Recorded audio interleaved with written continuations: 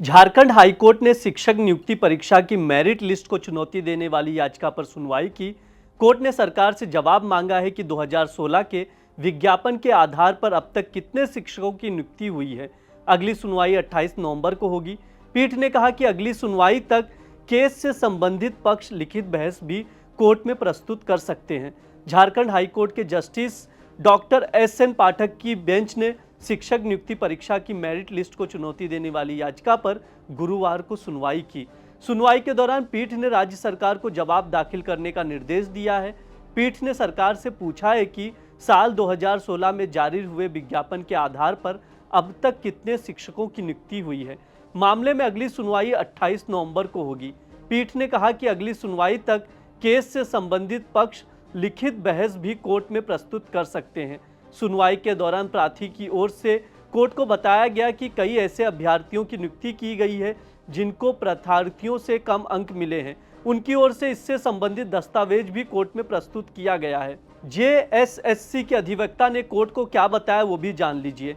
JSSC के अधिवक्ता संजय पीपरवाल और प्रिंस कुमार सिंह ने कोर्ट को बताया कि प्रार्थियों को ये कहना गलत है कि प्रार्थी का अंक राज्य स्तरीय मेरिट लिस्ट में अंतिम चयनित अभ्यर्थी से ज़्यादा है। उनकी ओर से वैसे अभ्यर्थियों का उदाहरण दिया जा रहा है जिनकी नियुक्ति जिला स्तरीय मेरिट लिस्ट के आधार पर हुई थी, जो सुप्रीम कोर्ट के आदेश से संरक्षित थे। सुप्रीम कोर्ट के सत्यजीत कुमार के मामले में दिए गए आदेश के आलोक में जेएसएससी ने राज्य स्तरीय मेरिट लिस्ट के तहत नियुक्ति की अनुशंसा की है। नियुक्ति की अनुशंसा में किसी भी तरह की कोई त्रुटि नहीं है। सरकार की ओर से पेश महाधिवक्ता राजीव रंजन ने कोर्ट को मौखिक रूप से बताया कि सुप्रीम कोर्ट के आदेश के आलोक में कर्मचारी चयन आयोग ने परिणाम जारी किया है। योग्य उम्मीदवार नहीं मिलने की वजह से 3000 पद रिक्त हैं, इसलिए आयोग ने 3000 पद को समर्पित कर दिया है।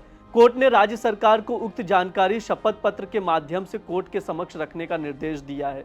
इससे पहले की सुनवाई में कोर्ट ने जेएसएससी और सरकार से नियुक्ति का ब्यौरा मांगा था। जेएसएससी को सुप्रीम कोर्ट के आदेश के बाद जिन 4000 अभ्यर्थियों की नियुक्ति की गई है उनके श्रेणी, कट ऑफ मार्क्स, अनुशंसा और नियुक्ति की तिथि सीलबंद लिफाफे में पेश करने का निर्देश दिया था। आयोग की ओर से सीलबंद रिपोर्ट कोर्ट में प्रस्तुत की गई।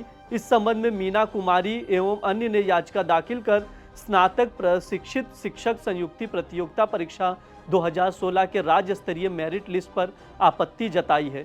प्रार्थियों का दावा है कि उनसे कम अंक पाने वाले को नियुक्ति प्रदान की गई है। अगर हाई स्कूल शिक्षकों की नियुक्तियां बची हैं तो उनकी भी नियुक्ति होनी चाहिए।